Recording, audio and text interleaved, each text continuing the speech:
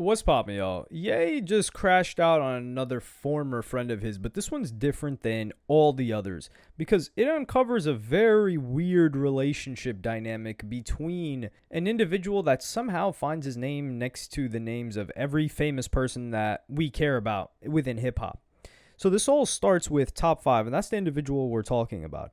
And he posts to his Instagram a photo with Drake. Now, there is some history here. This guy has been around Drake since at least 2016, since the guy was a teenager. This guy recently beat a murder. He said Drake paid for his lawyer fees and Drake's been taking care of him afterwards. So Top 5, he's garbage at rapping. He's not a rapper. We can't call him that. He runs with the crew that he calls the GGs. The guy's basically, he's in the streets of Toronto, as far as I know.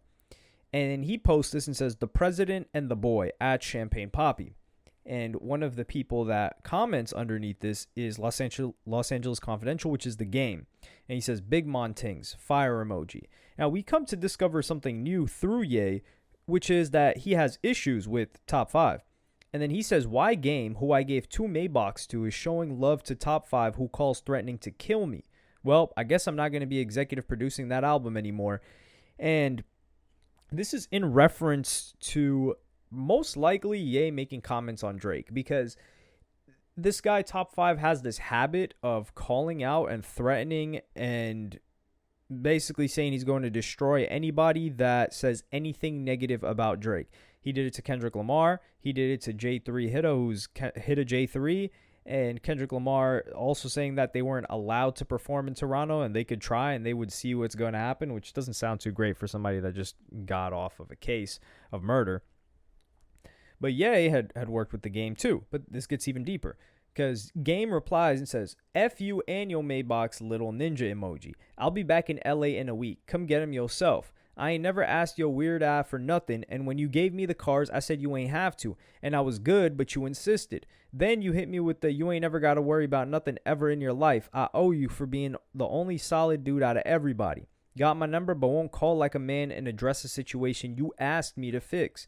PUSSY, nobody on earth weirder than these industry dudes." And then Top 5 says, "My GG," and then has the twirling, I always call it the twirling emoji, fingers crossed emoji.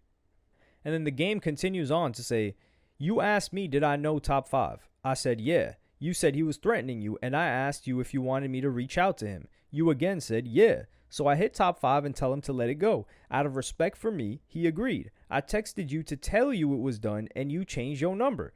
And this is a thing that even academics said Ye does, is he changes his number every day or every other day. And this somewhat makes sense, because Top 5, when he got caught on the run, because that guy was doing the race for, 6 months when he was facing that murder. He got caught in California, and then he got brought back to Canada. So he might have been rocking with the Game. And I know he's really cool with Bundog, who is Pressa's brother. And they may be cool. I know they stay in LA a lot, so maybe they're tapped in with the Game. I'm not too certain.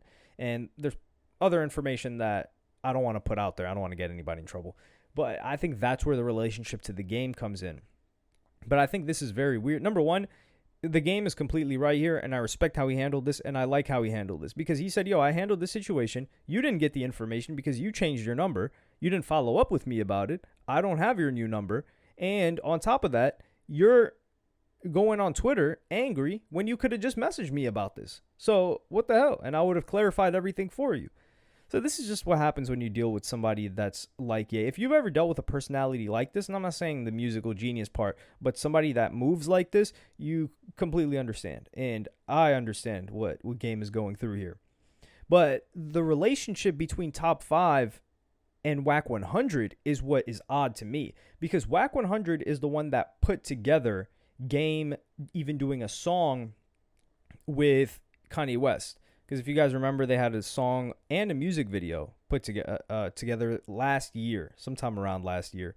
The song is called Easy. I don't know if they deleted it off of social media, because it's on a weird YouTube channel. It's called Saul Good. And I guess that's the Game's YouTube channel or somebody's. But there's an animation video for it. And this was a couple of years ago. I don't know why I said last year. I had misspoke on that, because the incidents I'm going to talk about are from last year. So Wack 100 talks about how Ye got on the Game song while he was on a live stream with Academics. Telling the context for this is he was telling Academics that he made a mistake not instantly hopping in the jet to Japan with Ye. And he explains why and how he benefited from doing something similar for Ye. So I'm going to play you guys that clip right now. Do you think that Academics should go to Japan to do more content with him? Act should have went that day. I told him that's where he messed up at. I know, if he'd have went that day, he'd have had a movie. I'm not gonna lie though, going to Asia for your first time on like 15 minutes notice. You don't need nothing. That's a lot. All he needed to tell his girl, go to the hotel room. Get the hell out. Go sit pack in the hotel, our shit up, fly back to Jersey. When you get to Jersey, get the dogs and shit settled. I'm going to send you a ticket to come to Japan.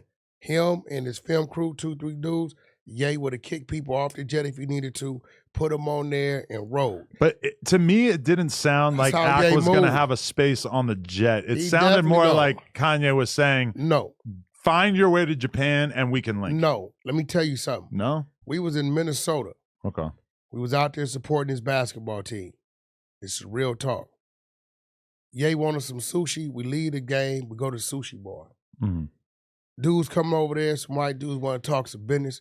Boom, boom, boom. He said, hey, man, Wack, what time we leave? I said, we got an hour for the jet leave. We got to get up out of here. We got to stuck spending the night. We're going to be stuck spending the night. He said, listen, man, you want to talk business with me? That's serious? Y'all can come get on the jet. Random dudes. Random dudes. Wow. They got on the jet. Yeah. Baby Cuban was there. They got on the jet. So if you guys are unfamiliar, Wack 100 and the game are locked in. The Wack 100 is the game's manager. I believe the game also put a ton of assets under Wack 100's name for ownership because the game was facing like a multi-million-dollar judgment because he didn't show up to this court case of some civil case where the girl said he essayed her on the set of some show. I don't know if it was Love and Hip Hop or something else. So they're really, really locked in. But Top 5 and Wack 100, I wouldn't say Wack 100 necessarily hates Top 5. I don't think he really cares for him. But there is not a good relationship between those two. Because the first time they interacted was when Top 5 got out of jail and he called in asking about something to do with 6ix9ine. That's why he wanted to talk to Wack because Wack 100 was in business with 6ix9ine. So I'm going to run you guys that clip right now. And that was on No Jumper. It's all on them first. So if somebody call him and let's finish this. Okay. He's a civilian. Okay, you know. No, he's not. He is. Said Gumo. He said Gumo. You saying he a gangster? You calling 6ix9ine a gangster? Wack, just because you have multiple. Let me ask you something, bro. Why was he the one looking at 47 years as the kingpin? Who told on him? Let me ask you a question. All of them. Is that your friend? That's my partner. That's my friend. So you're working with a DA? No. Me and 6ix9ine are friends. It's my friend. So call him right now if you're friends. What you mean, bro? He already got the video whooping your ass, bro. Keep playing, I'm gonna put it out. That's pretty good. I'm so confused. Keep playing, I'm gonna put it out, bro. Yeah, why you make that up? Who? 6ix9ine beat me up? He whooped your ass, bro. You know what happened.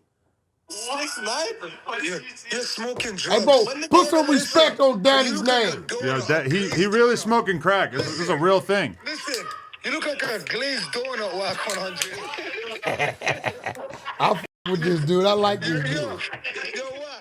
So after that clip from No Jumper, Top 5 posts on social media dissing Wack 100 and calling him out. My nigga, you Wack 100, you a bitch ass nigga, my nigga. Where's that fat fucking rap? Where's Wack 100? Glazed donut. That glazed donut. You niggas can't come to Toronto. We're with Drake, my nigga. Come on, you bitch ass niggas. 100 shots, my nigga. We run Toronto, my nigga. I beat a body, nigga. So don't get body, nigga. And then that same night, Academics is on live stream, and Wack 100 explains the FaceTime call. What do you want to talk about? This nigga called me the other day. Yeah, all right, let's talk about that. Me to go live, and she been begging me to go live. First, he's called me. Well, actually, I went to No Jumper. He was on Adam's fucking FaceTime, and the nigga just started screaming my name, the 6ix9ine name, but just screaming. And he's like, you know who I am? I'm like, nah, I don't know who the fuck you are. He's like, I'm signed to Drake. I said, okay, I still don't know who the fuck you are. I don't know who you are. He's like, I just beat a murder. I said, okay, that's cool. We all done did that if we forced it enough, but well, I don't understand. I don't know who you are, right? And I'm looking at him, and he just kind of reminds. And after this, Top 5 keeps going in on Wack 100. He's constantly attacking him on academic stream, etc. This is about like September or so. And then on December 16th on the Adam and Wack show, Wack 100 gets on and delivers some news and a warning to Drake. So I'm going to run you guys that clip right now. This has been in existence about 90 days. And I have made sure it hasn't went anywhere, personally. I think you know what I'm talking about.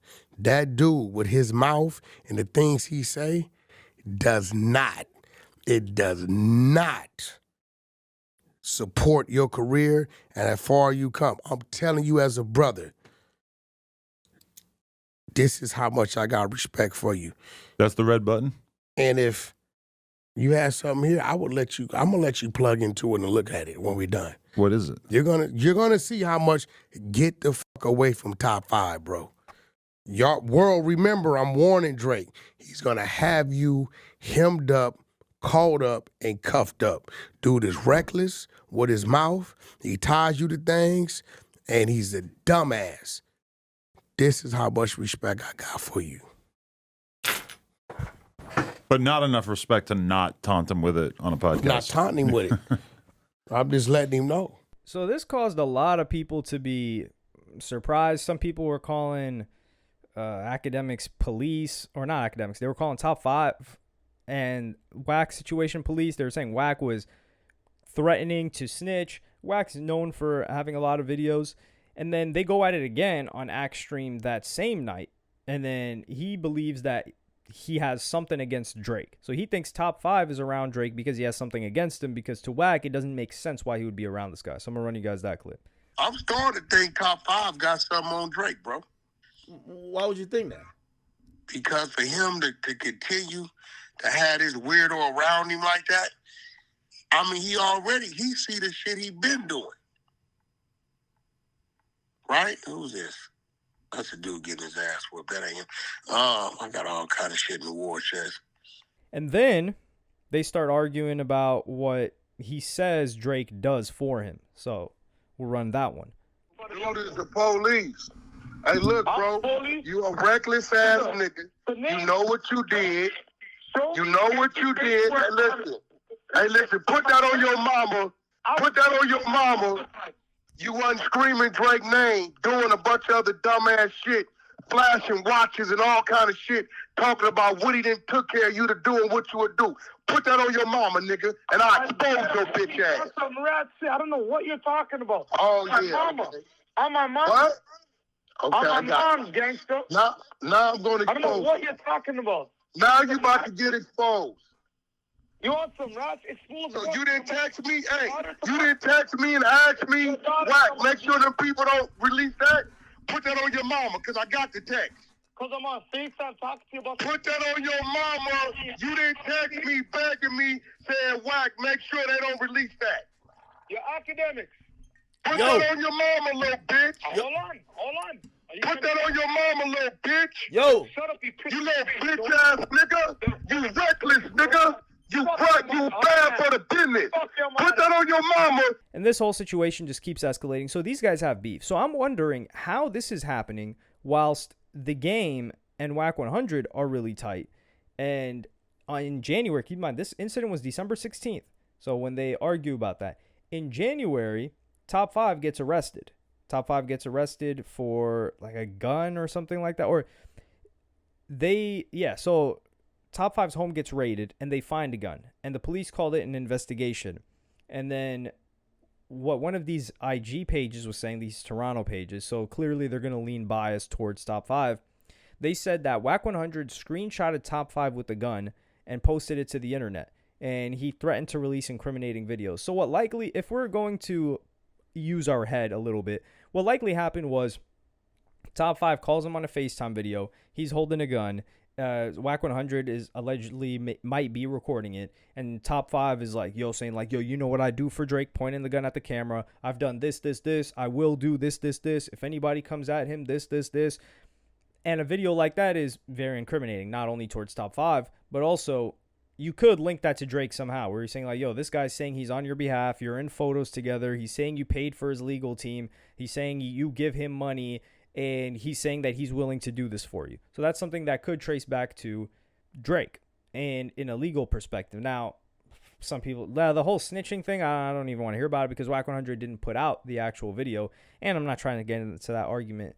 But then Top 5 makes another threat to Ye at this point. And he posts on his story and says, Ye, don't make me call the one and only Hanzo. He's still in Japan. This is just absolutely ridiculous.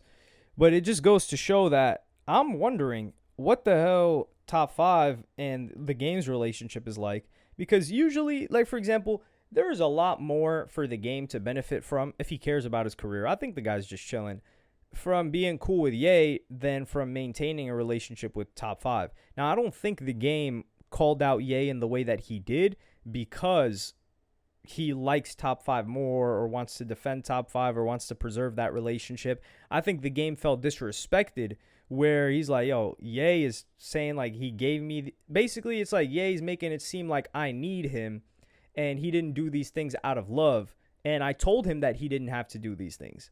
Because basically, he's kind of parking the Maybach at the game's crib. Because Ye's not in Japan. Or Ye's in Japan, he's not in the U.S. And he pulled up in those Maybachs when he went to the Grammys. So this incident had to happen after the Grammys. And this is the problem with Ye, too. But so I'm wondering, how does Wack 100 feel about the game's relationship with Top 5? But if we are to look at history in any type of way, Wack 100 wasn't fond of Krishan. And Blueface was really tight with Wack. I think some of Blueface's assets were under Wack's name. But Krishan is a different story because while there may be disagreements, he didn't have beef necessarily or static and somebody trying to ruin his reputation like Top 5 is trying to do, especially Top 5 calling them a rat, which is clearly something Wack 100 is not fond of at all because he went in on Academics for Academics even alluding to the possibility that Wack may have been questioned about the Big U case. So this is all, I feel like there's so much underneath the surface with these guys that we don't know. Now I already know a bit underneath the surface, but we need an excavation on this that I do think will come out in due time because Top 5 is for sure a liability. He said a lot of crazy stuff. Academics has even had to like come behind him and delete some VODs where Top 5 was talking crazy and there was another guy that hopped in the Discord chat and then Academics immediately deleted that stream, got off of stream too. It looked like he had seen a ghost, and we haven't even gotten down to that mystery yet. But let me know what you guys think in the comments. Like and subscribe and hit the notification bell if you enjoyed, and I'm going to see you in the next one.